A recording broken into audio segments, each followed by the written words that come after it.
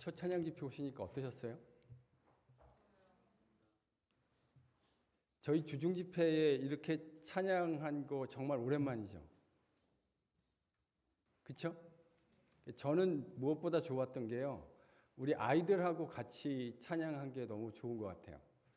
사실 건강한 신앙의 공동체라는 것은 어린 아이들, 또 좀 더 큰 아이들, 또 유스 그룹과 청년들, 또 청장년, 장년, 그리고 중년, 노년, 우리 어르신들 이르기까지 모든 세대가 함께 어울러 있는 것. 사실 그게 하나님이 기뻐하시는 아름다운 공동체입니다. 언약 공동체의 모습이 그런 건데요. 여러분 생각해 보세요. 앞으로 아주 많은 이민 교회들은 이런 어린 아이들이 보이지 않는 교회가 될 거예요. 그게 우리 앞에 멀지 않은 미래에 닥쳐 있는 현실입니다. 그러니까 여러분 이런 아이들이 교회에 있다라는 걸 뭐라고 생각하셔야 되죠? 축복이라고 생각하셔야 돼요. 지금 우리 아이들과 함께 이렇게 예배를 드릴 수 있는 현실 자체가 하나님 우리에게 주신 요즘은 아무나 경험할 수 없는 큰 축복이다. 이렇게 고백하는 저와 여러분 될 수 있기를 바랍니다. 시간이 갈수록 점점 더 하나님을 예배하고 찬양하는 자들이 흥왕하여지는 그런 역사들이 KPC에 계속해서 일어날 줄로 믿습니다. 제가 여러분 그 중국집에 가시면 고민하시는 게 있죠. 뭘 고민하세요? 짜장을 먹을 것이냐, 짬뽕을 먹을 것이냐. 이거 우리 한국 사람의 영원한 고민입니다. 여러분 어떤 기준으로 선택을 하세요? 저는 저 나름대로 철칙이 하나 있습니다. 이게 뭐냐면 날씨가 흐리거나 춥거나 비가 오면 짬뽕, 날씨가 맑거나 더우면 짜장. 이게 제가 중국집 가서 짬뽕 짜장을 선택하는 기준입니다. 목사님 왜 설교를 하면서 짬뽕 짜장에 대한 이야기를 하시는가? 제가요 사실 첫 번째 금요 집회 설교로 로마서를 할까 에베소서를 할까를 가지고 고민했어요. 왜냐하면 에베소서도 그렇고 로마서도 그렇고 공의 복음이 무엇인가를 이야기하기 아주 좋은 책들이에요.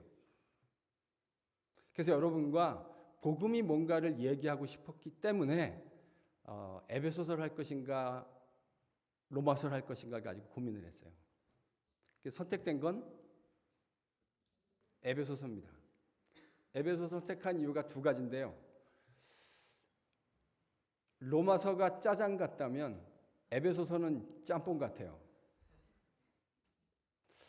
목사님 지금 짬뽕 같다는 말의 의미가 뭔가? 여러분이 제가 설교를 5개월에서 아마 6개월 정도 하게 될 것 같아요. 에베소서에 대해서 6장까지 다 하는데 설교를 많이 듣기는 하지만 책 한 권을 설교를 다 들었을 때 여러분의 머릿속에 그 각 책이 무슨 이야기를 하는지가 머릿속에 남아 계신 성도는 많지 않을 거라고 생각합니다. 맞죠? 여러분 에베소서 설교 처음 들어봤습니까? 아니죠. 근데 에베소서가 무슨 이야기를 합니까? 라고 물어보면 선뜻 대답하기가 어렵죠. 여러분을 질책하려고 말씀드린 게 아닙니다. 이게 다 누구 책임입니까? 누구 책임이죠? 목사 책임이에요. 맞아요. 하나님이 그랬대요. 어떤 성도한테 성도가 이렇게 자다 오니까 하나님 저 성도는 맨날 내가 설교할 때 잠을 잤습니다. 그랬더니 하나님이 그러셨다는 거죠. 야 잠은 네가 재우고 왜 나한테 컴플레인이냐. 여러분의 인생에 이런 경험이 됐으면 참 좋겠습니다. 이 에베소서가 1장부터 6장까지 일관되게 하나의 메시지를 이야기하고 있거든요.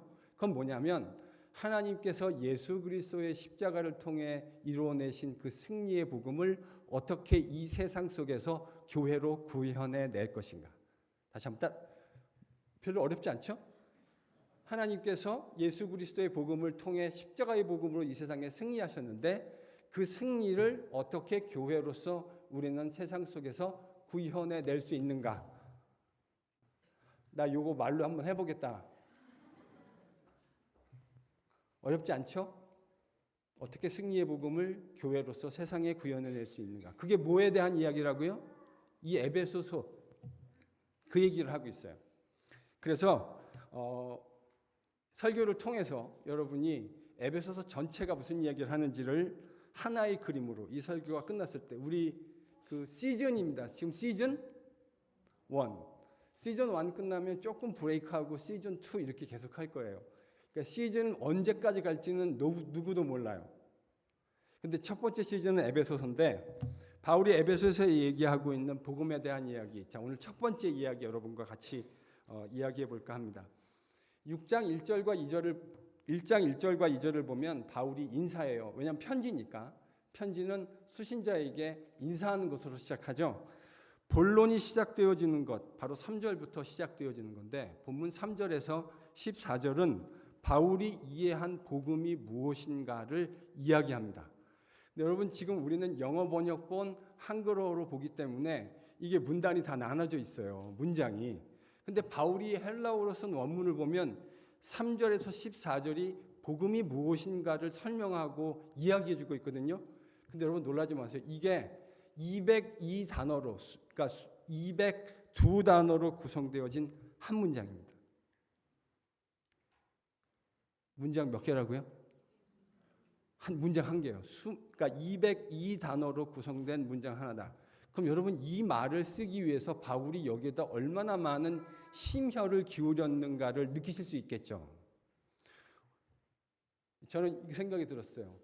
예전에 그 와이프한테 연애 편지, 요즘은 다 카톡으로 하지만 제 라떼는 글자로 쓰는 거였어요. 그래서 아내와 연애할 때 편지 쓸 때 여러분 얼마나 그 설레이는지 그 소년의 심정을 아시죠? 정말 설레이는 마음으로 이 단어 하나하나를 선택하는 것, 어떤 단어를 선택해야 되는가에 대해서 고민하며 선택했습니다. 바울이요 3절에서 14절을 한 문장으로 썼어요. 202 단어를 가지고. 자, 시작을 어떻게 하냐면요. 3절 어떻게 시작합니까? 3절이요? 찬송하리로다. 바울이 사용한 단어는요. 율레게토스. 좀 있는 척 좀 제가 해볼게요. 율로게토스. 이게 무슨 말이냐면 blessed 이런 겁니다. 여러분 얼마나 바울의 마음이 이 글을 쓸 때 에베소 교인들에게 편지를 쓸 때 얼마나 마음이 벅차올랐으면 시작을 찬송하리로다 이렇게 시작했을까요? 바울이 에베소 교회에게 편지를 쓰려고 딱 펜을 붙들었는데 그때 그의 마음속에 가장 먼저 떠오른 단어는 하나님을 찬송하겠다는 생각이었습니다. 찬송하리로다. 근데 여러분 여기서 질문이 하나 생겨요. 지금 바울이 찬송할 상황인가? 이 편지를 쓰고 있는 바울은 어디 있습니까? 로마의 감옥에 갇혀 있습니다. 이 편지를 받는 에베소 교인들의 상황은 어떤 상황이었을까요? 그들은 물론 에베소 안에 이 상황이 이렇게 잘 보이지 않아요. 그러나 편지 전체를 놓고 생각해 보면 에베소 교회 교인들은 쉽지 않은 상황들을 지나가고 있었습니다. 바울은 가택연금돼서 감옥에 갇혀 있죠. 성도들은 많은 위로가 필요한 상황을 지나가고 있었습니다.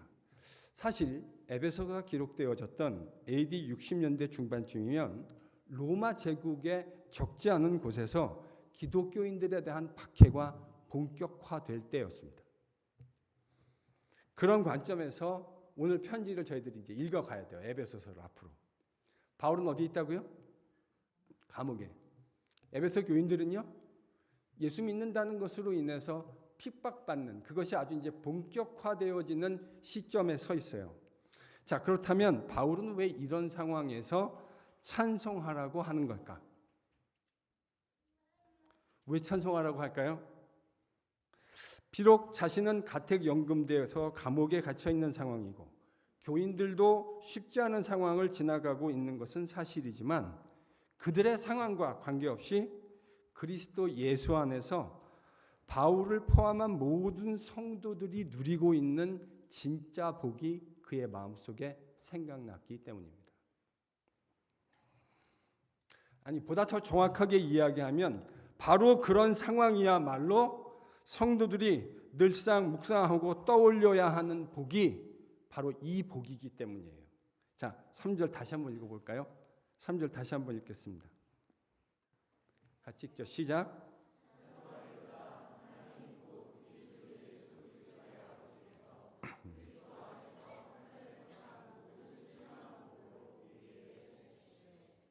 여러분, 지금 바울이 이야기하고 있는 복이 3절에 따르면 어떤 복입니까?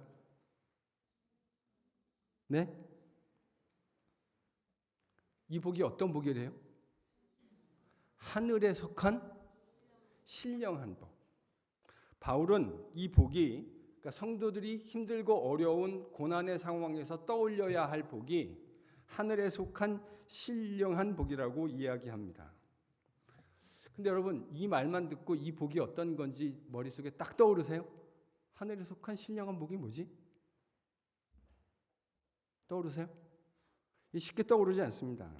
그래서 바울은, 여러분 성경이 궁금하실 때는요, 그 근접 문맥을 보면 그 문맥 안에 거의 다 답이 있는 경우가 태반이에요. 이 하늘에 속한 신령한 복이 뭔가를 이해하려면 여러분 4절을 보면 됩니다. 4절 같이 한번 읽어볼까요? 자, 신령한 복이 뭔가 같이 읽겠습니다. 시작.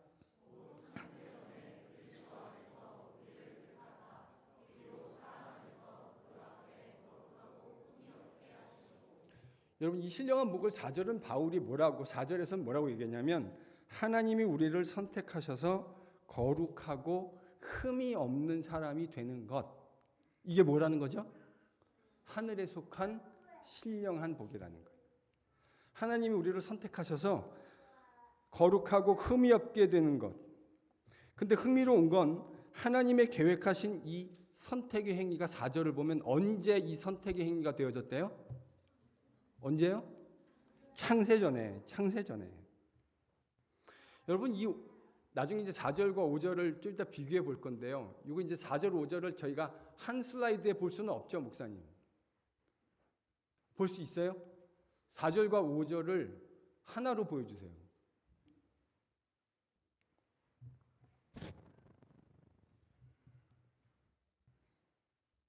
아니, 이게 같이 나올 수는 없는 거죠?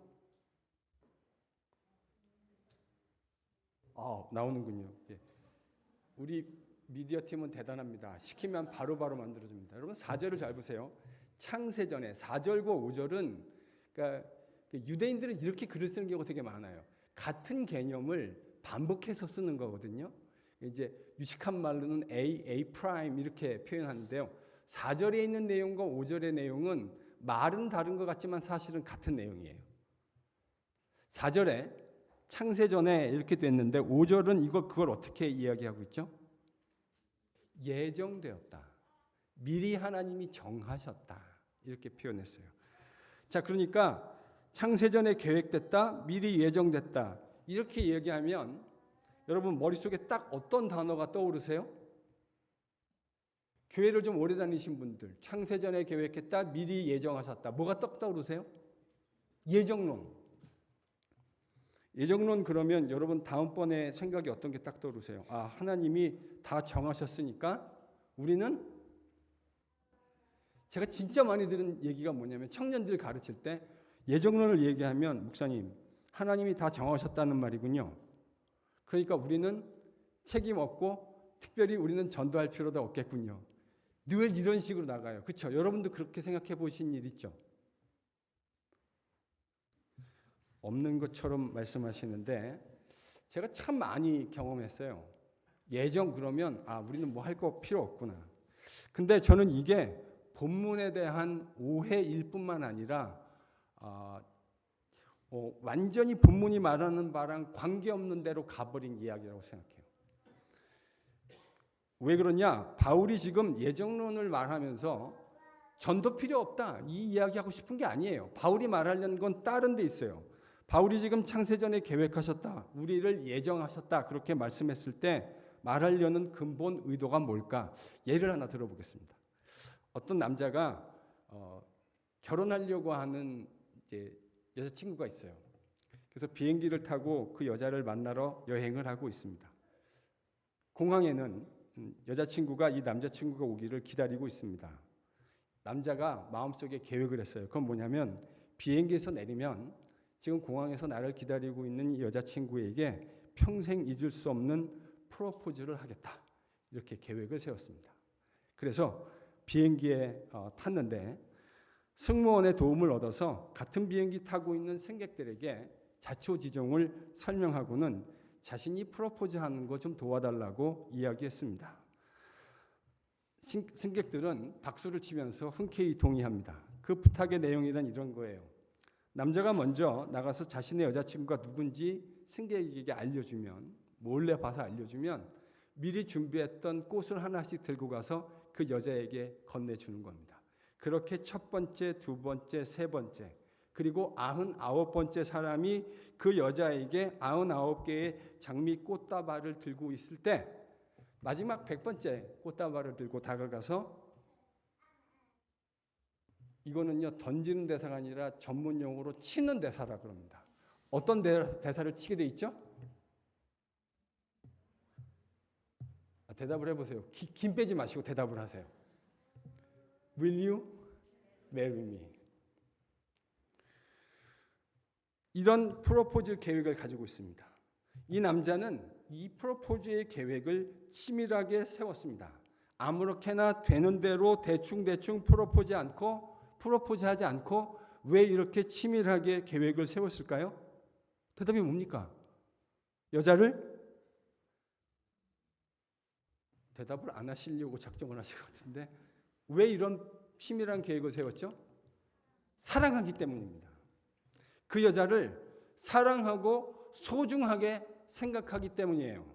미리 계획을 세우고 미리 준비한다는 것은 사랑한다는 말이고, 그렇기 때문에 치밀하게 준비한다는 말이에요. 이런 관점에서 하나님이 창세전에 그리스도 안에서 우리를 택하셔서 우리로 그 앞에 거룩하고 흠이 없게 하려 하셨다 말했을 때 바울은 뭘 말하고 싶은 거죠? 미리 예정하고 선택하셨으니까 전도할 필요 없다? 그 말을 하려는 겁니까? 아닙니다. 하나님이 대충 하신 것이 아니라 치밀하게 계획하셨고 그것을 수행하실 만큼 우리를 끔찍하게 사랑하셨다. 하나님이 우리를 그렇게 끔찍하게 사랑하셨다. 바울이 지금 그 말하고 싶은 거예요. 여러분, 만일 그 꽃을 받아든 여인이 그 꽃다발을 받아들고는 이 꽃이 다 합치면 캐시로 얼마나 될까로 생각하고 있다면 이 여자는 어떤 여자입니까? 이거 어떤 여자라고 말해야 되는 거죠? 제가 볼 땐 이렇게 표현하면 좋을 것 같아요. 한번 따라해 보실까요? 안타까운 여자. 그 꽃다발을 받아들고 이게 캐시로 얼마가 될까? 차라리 캐시로 주지. 이렇게 생각한다면 이 여자는 안타까운 여자입니다. 마찬가지예요. 하나님이 미리 창세전에 계획하셨다. 준비하셨다. 뭘 말하고 싶다고요? 하나님의 치밀한 계획과 그의 준비 이면에는 뭐가 있다고요? 저와 여러분을 향한 그분의 사랑이 있다고 하는 이야기를 바울이 하고 싶은 거예요. 그러니까 풀었으면 이런 의미입니다. 하나님이 창세전에 선택하셨다는 것, 그것은 그만큼 우리를 끔찍하게 사랑하셨다는 말입니다. 그렇다면 4절이 이야기하고 있는 창세전에 우리를 선택하셔서 우리로 그 앞에 거룩하고 흠이 없게 한다. 이게 무슨 말일까요? 4절, 5절 지금 떠져 있죠. 제가 아까 뭐라 했냐면 4절과 5절은 같은 개념을 다른 말로 바꾸어서 표현했다고 말씀드렸어요. 자, 4절에 보면 여러분 이런 단어가 있죠. 창세전에 그리스도 안에서 우리를 뭐 했다고요? 선택하셨다. 근데 그 5절에는 그 말을 어떻게 표현했죠? 예정하셨다. 그러면 4절에 그 앞에서 거룩하고 흠이 없게 하신다라고 하는 이 표현이 5절에서는 뭐로 바뀌어져 있어요? 자기의 아들들이 되게 하셨다. 하나님이 우리를 거룩하고 흠이 없게 하셨다라는 말은 사실은 무슨 의미냐면 우리를 뭐 되게 하셨다는 거예요? 아들들 되게 하셨다. 거룩하고 흠이 없게 만드셔서 하나님은 우리랑 뭐 하고 싶은 거냐면 교제하고 싶은 거예요. 우리를 거룩하고 흠 없게 만들어서 저와 여러분하고 하나님 같이 교제하고 싶으신 거예요. 그 말을 5절에서는 뭘로 바꿨다고요? 여기서 아들들이 되겠다는 게 기분 나쁘신 분들이 계세요? 2000년 전의 어법은 남성을 통해서 아마 오늘날이었으면 젠더 센시티브한 미국 사회에서 바울이 글을 썼다면 이렇게 안 썼을 거예요. 그러니까 아들들이 되게 하셨다라는 말 속에는 뭐도 들어있는 거죠? 딸들도 들어있는 거예요. 그렇게 읽으셔야 돼요. 기분 나쁘게 들으시면 안 돼요. 아들들이 되게 하셨다.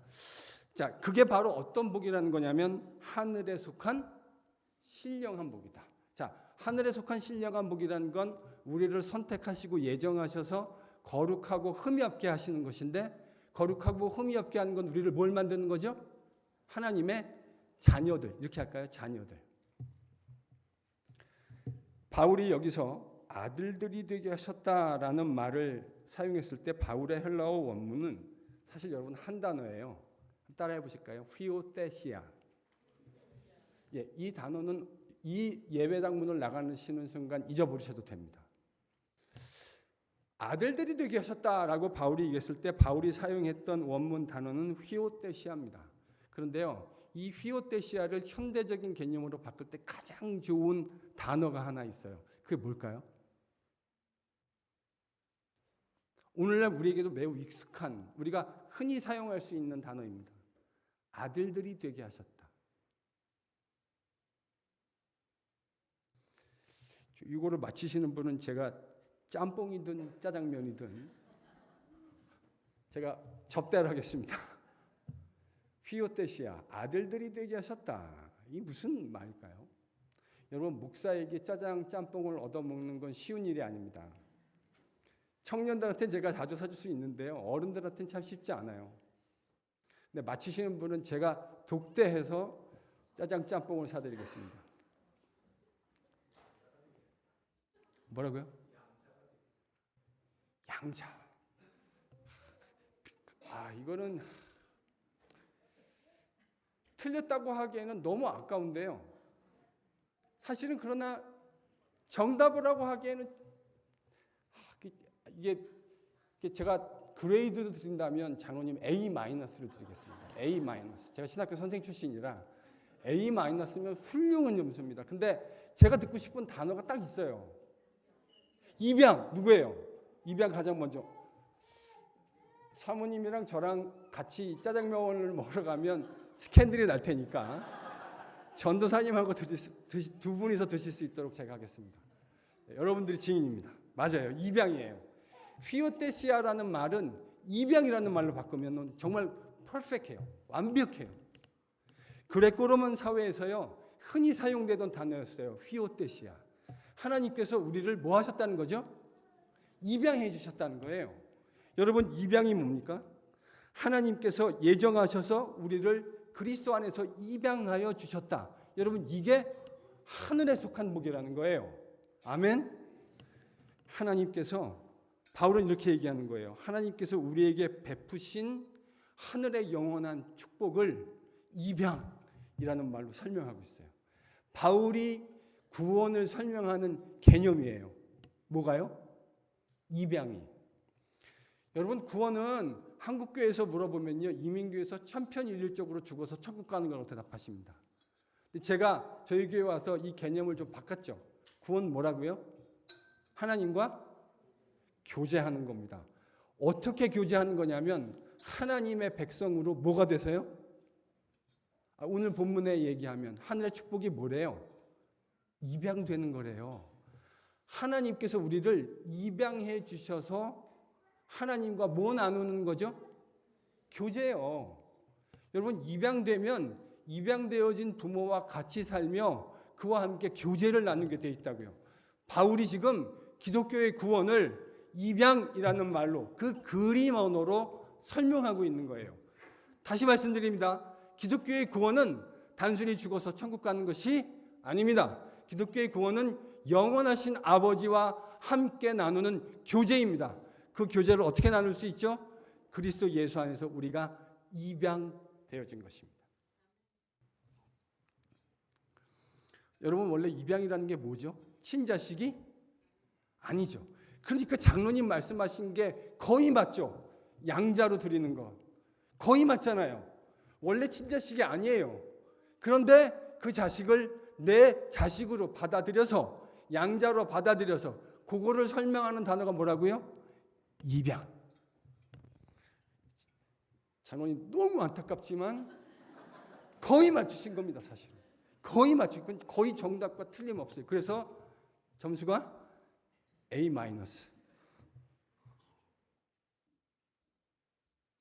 원래 우리가 바울이 설명하는 기독교의 구원이 이거죠. 원래 우리는 고아처럼 이 땅에 살아갈 수밖에 없는 존재들이었다는 거예요.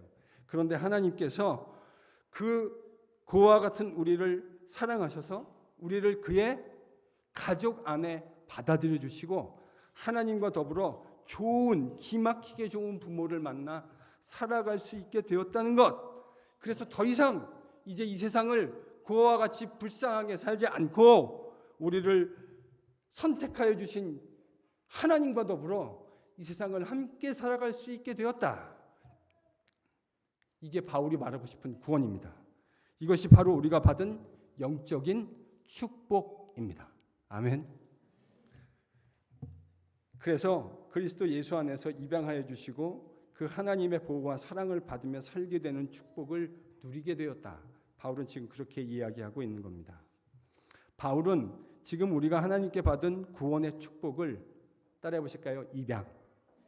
입양이라는 개념으로 설명합니다. 우리는 세상에서 부모 없는 고아처럼 비참하게 살아가야 했습니다. 그런데 가장 선하시고 가장 사랑 많으시고 가장 능력 많으신 아버지를 만나게 되었다는 것. 여러분, 이게 기독교가 얘기하는 구원입니다. 그 아버지와 평생을 이제는 더 이상 고아처럼 불쌍하게 살지 않고 아버지와 함께 아버지의 사랑과 그분의 보호와 그분의 공급을 경험하며 살아갈 수 있게 되었다는 겁니다. 여러분, 저희 집 아이들은 먹을 거 고민하지 않습니다. 저희 집 아이들은 어디서 자는 거에 대해서 고민하지 않아요. 누가 늘 준비해 주죠? 제가 늘 준비해 줍니다. 여러분, 우리가 고아가 되지 않았다는 말의 의미가 뭐죠? 우리가 어떤 삶을 살아가든 우리 하늘 아버지가 다 알고 계시다는 말입니다. 다 보고 계시다는 말입니다. 그분께서 우리의 필요한 모든 것들을 지키시고 보호하시고 공급해 주신다는 약속입니다. 여러분, 이게 기독교가 말하는 복음이에요. 바울이 말하고 싶은 복음입니다. 그리고 바울은 하나님께서 그렇게 하신 이유를 6절에서 이렇게 설명해요. 오늘 이제 마지막 하이라이트인데요. 6절입니다. 6절 같이 읽을까요? 같이 읽습니다. 시작.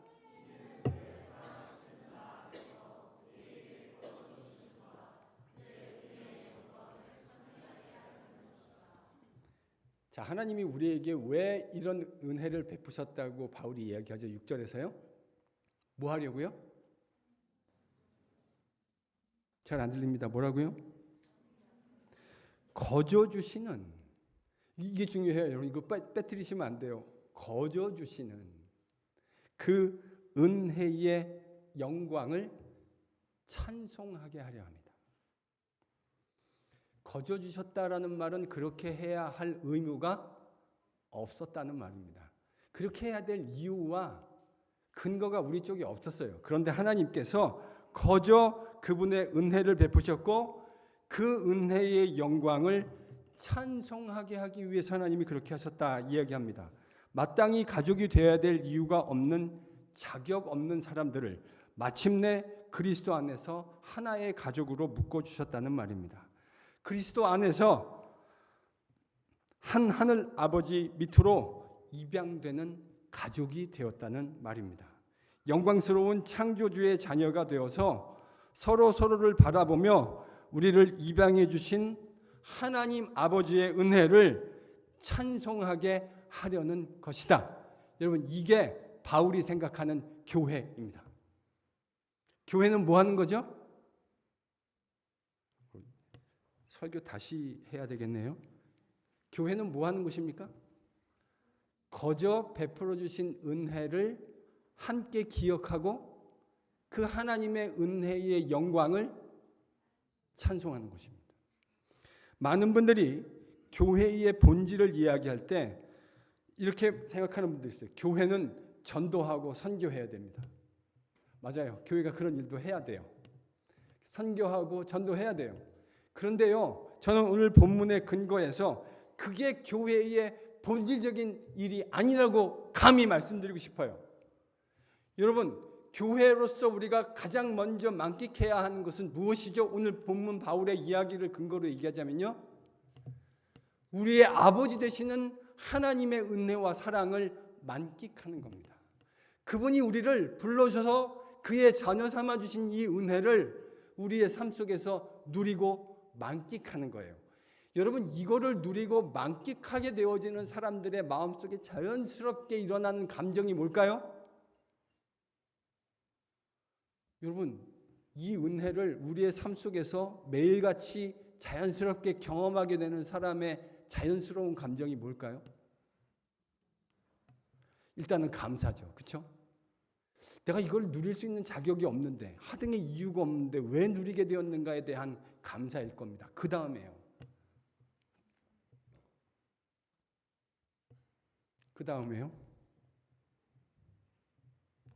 이 거저 주시는 은혜를 나뿐만 아니라 저 바깥에 있는 사람들도 받아들일 수만 있다면, 그도 이 좋은 혜택들을 누리게 된다고 깨닫게 되어졌다면 우리 마음속에 자연스럽게 뭘 하고 싶은 욕구가 생기죠? 전도를. 제가 뉴욕 근처 동부에서 왔어요. 맞죠? 제가 동부에서 왔습니다. 동부에 가면 좋은 식당들이 많아요. 그럼 사람들 가운데 교회에 꼭 이런 분들 계세요. 자기가 맛본 좋은 것을 결단코 혼자 누릴 수 없는 착한 선한 양심을 가지고 계신 분들이 교회에 꼭 계십니다. 그렇죠? 그리고 자기가 경험한 그 신세계를 다른 성도들도 경험할 수 있도록 약도와 친절하게 어디 있는지, 가서 뭐를 시켜야 되는지 메뉴까지도 알려주시는 이 귀한 분들이 이민교회에는 꼭 계세요. 왜 그렇습니까? 왜 그거를 얘기해 주죠? 그걸 먹고 그것이 기가 똥이 차다라는 것을 깨달았기 때문입니다. 그래서 나만 혼자 이 기가 똥이 차는 것을 먹고 만족하는 것이 아니라 다른 사람도 함께 이 즐거움에 동참할 수 있게 하겠다. 여러분, 이 이유 때문에 그거 말해주는 거 아니에요? 마찬가지예요. 그리스도 예수 안에서 우리를 하나님의 양자 삼아주신, 입양해주신 하나님의 은혜를 깨닫고 나면, 그 은혜를 누리고 나면 그것을 찬양하지 않을 수 없어요. 그게 하나님이 우리를 부르신 제일 중요한 이유예요. 그런데요, 그렇게 찬양하고 하나님의 은혜에 만끽하다 보면 이 은혜를 나만 누릴 것이 아니라 저 바깥에 있는 사람들도 누릴 수 있다는 생각에 우리의 생각이 머무르게 되는 것이죠. 저는 가끔 이런 상상해 봅니다. 내가 만일 주님을 만나지 않았다면 나는 지금 과연 어떤 인생을 살아가고 있었을까? 정직하게 말씀드리면 상상하기도 싫어요. 얼마나 세상적으로 제가 지금 잘 되어 있는지 관계없이 하나님 아버지 없이 매우 핍절한 인생을 살아가고 있었을 겁니다. 아마도 제 성격상 인생의 성공을 위해서 내 자신을 끊임없이 혹사시키며 성공과 탐욕을 위해 인생을 불태우며 그렇게 고아처럼 불쌍하게 끔찍하게 살아가고 있었을 것 같아요. 그런데 하나님의 예정의 은혜 가운데 주님을 만나고 그 은혜를 깨닫게 되고 주님의 패밀리에 입양되어서 삼위일체 하나님과 한 가족이 되어 날마다 교제하며 날마다 그분의 은혜를 찬양하는, 그렇게 살아가는 인생, 그런 복을 누리게 된 것이죠. 여러분, 바로 이게 우리가 오늘 모여서, 교회로 모여서 하나님께 예배하고 찬양하는 이유입니다. 그러니 사랑하는 KPC 성도 여러분, 우리가 지금 어떤 상황에 놓여 있든지 관계없이 바울이 이야기하는 참된 복음의 의미를 깊이 묵상하고 우리를 입양하여 주신 하나님과 날마다 참된 교제를 누리며 그 은혜를 영원토록 함께 찬양해가는 우리들이 될 수 있기를 간절히 축원합니다.